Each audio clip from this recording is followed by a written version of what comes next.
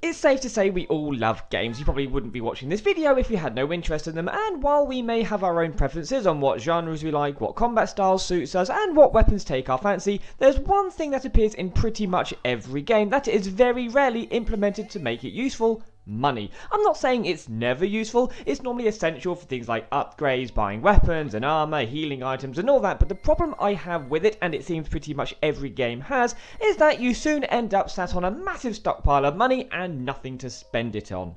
The first time this situation happened was in Ocarina of Time. At the start of the game, it's not too bad. You have a small wallet and things like the archery game and Bombshoe Bowling to pay for, plus a few other things, but once you're an adult, and especially once you've got the Giant's wallet, you'll quickly get to the 500 rupee maximum limit, and you'll rarely go below 400 rupees, even when you pay for things like the horseback archery game, so all the money you find around the place is pointless. Twilight Princess gives you a 5,000 rupee limit, and has several things you need to donate thousands of rupees towards over the course of the game, but even then, in the original version, we all had multiple chests in dungeons we weren't able to have removed from the map because our wallet was full and the rupee was left where it was. Once you buy the magic armor, it drains your rupees for invincibility, but the game isn't that hard, so the only place you'll really need it is in the Cave of Ordeals, but even then it's not really necessary. Fast forward to Breath of the Wild and it's the same old thing. Sure, there are plenty more things to buy now and things that take up a lot of rupees, but even with all that, you'll still soon find yourself having more money than you'll know what to do with.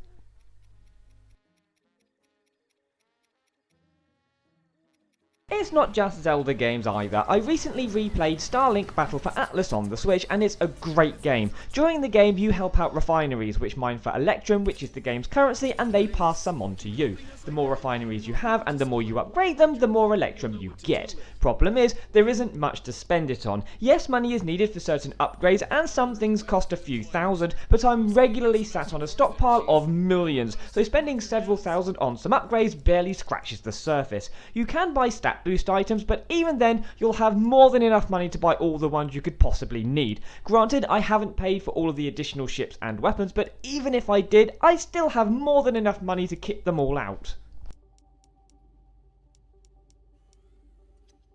Even the classic style RPG games like Golden Sun and Breath of Fire, which have random encounters and turn-based combat so you get money and goodies after each battle, have the same issue. Sure, at the start of the game you can buy new weapons and armor when you visit a new town, but it won't be long before you've bought everything you can and still have money left over, so the pile of money just gets bigger and bigger until you essentially own 90% of the world's currency yourself. Phantasy Star Online has the same issue. Buy a few weapons and armor as you level up and kick ass, but sooner or later, especially when you start quest grinding for decent drops, you'll be leaving items behind because the money you get for selling them isn't worth it.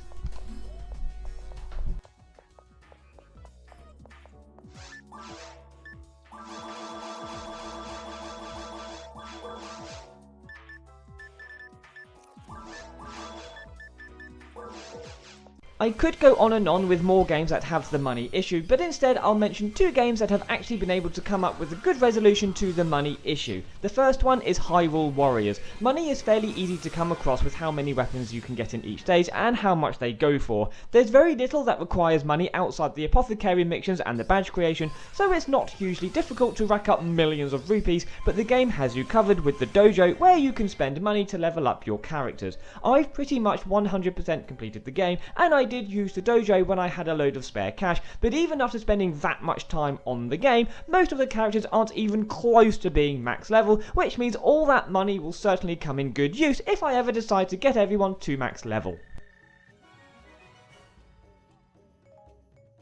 The other game is Diablo 3. As always, you might be able to use some money for buying items and equipment, but as with a lot of games, most of your items will come from enemy drops and quests, especially when you get to the greater rifts. These rifts are where the best equipment comes from. The higher the rift level, the better the chances of good stuff dropping once you've finished the rift. What you can do is spend money to empower the rift, making it slightly harder, but also boosting the drop rate of the decent items. The higher the level of the rift, the more money it costs, and it can cost a lot of money, to the point you'll be spending a lot of time doing missions and other things to get your funds back up so you can empower the rift again to get a better chance at those shiny goodies.